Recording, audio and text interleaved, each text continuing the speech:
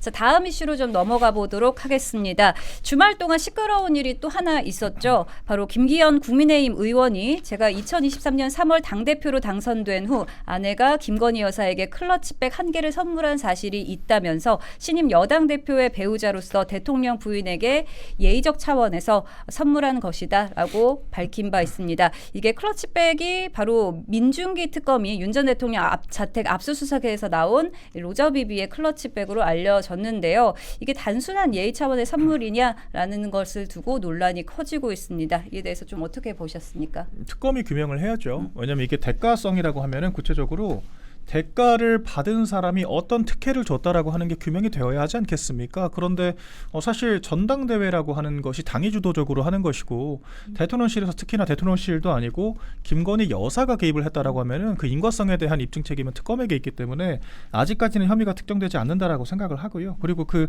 감사 편지를 썼다라고 하는 것도 김기현 의원 본인이 한 게 아니더라고요.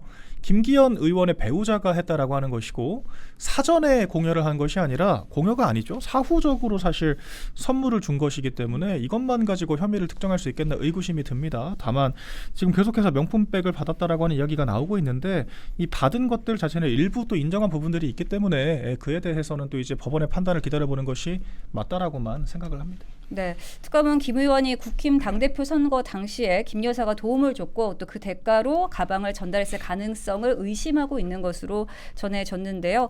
변호사님은 좀 어떻게 보셨습니까? 네, 일단은 그 로저 비비에라는 그 명품 이름은 처음 들어봤어요. 검색해보니까 한 130에서 한 230 정도 다른데 어쨌든 100만 원이 넘는 고가인 것 같습니다. 근데 김기현 대표가 대통령 부인에게 사회적 예의 차원에서 선물한 것이라는 발언은 좀 적절치 않다고 저는 생각을 합니다.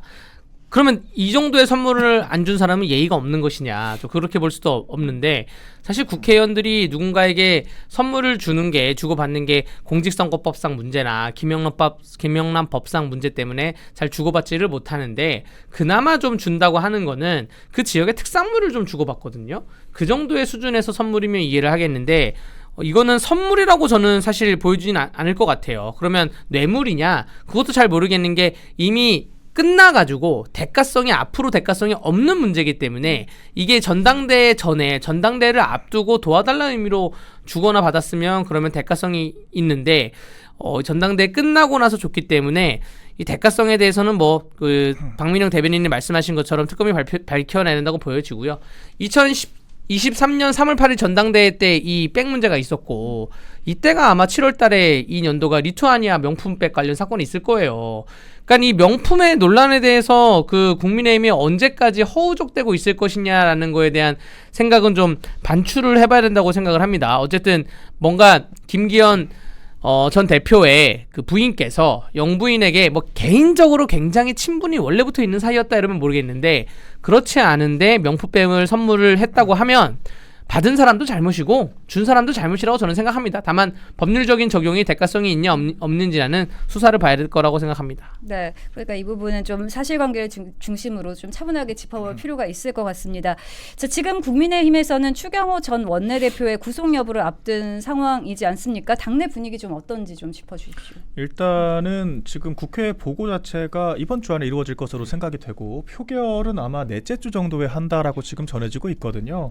아마 그 국회에서 체포동의안 자체는 가결이 될 겁니다. 그런데 이제 구속영장을 심사를 하게 되면은 제가 봤을 때는 이거는 기각이 100%라고 저는 생각을 합니다. 왜 그러냐면은 사안 자체가 지금 안 되는 거거든요. 저희가 너무도 수차례 이야기를 드렸던 쟁점이기도 한데 추경호 원내대표가 비상계엄을 사전에 인지했다라고 하는 증거도 없을 뿐더러 결정적으로 표결을 방해했다라고 하는데 방해를 받은 피해자가 없습니다. 그러니까 민주당의 표결을 방해할 수는 없는 거 아니에요.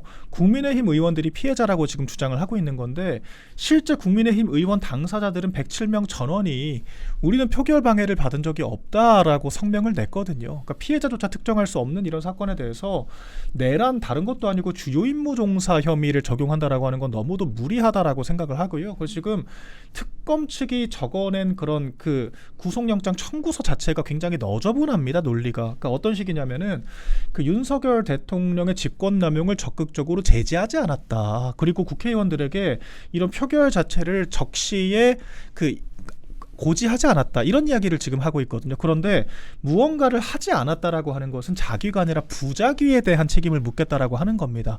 해야 되는데 안 했다. 근데 어떤 행위에 대한 부자기가 있었다라고 하는 것, 그러니까 본인이 직권남용죄를 저지른 것도 아니고 타인의 직권남용을 적극적으로 제지하지 않았다라고 해서 내란 주요 임무 종사자로 구속을 한다라고 하는 것은 너무도 사실 그 허황된 논리이기 때문에 전 가당치가 않다라고 생각을 하고요. 마찬가지로 추경호 원내대표가 뭐 구속이 되면은 뭐 국민의힘은 해산될 것이다 이런 말 같지도 않은 주장을 하는데, 그러니까 지금 국민의힘 의원들이 피해자라고 주장을 하면서 국민의힘 의원들이 표결 방해를 받았기 때문에 국민의힘을 해산하겠다라고 하는 것도 앞뒤가 하나도 맞지 않는 주장입니다. 그러니까 민주당이 지금 자기들만의 세계관에서 자기들만의 지금 주장을 하고 있다라고 생각이 되고요. 이렇게 사법질서와 법치 자체를 이렇게 유린하고 이렇게 저는 왜곡할 수가 있겠는가? 지금 법 왜곡죄 처벌을 받아야 될 것은 다름 아닌 민주당이 아닌가라고 하는 생각이 듭니다.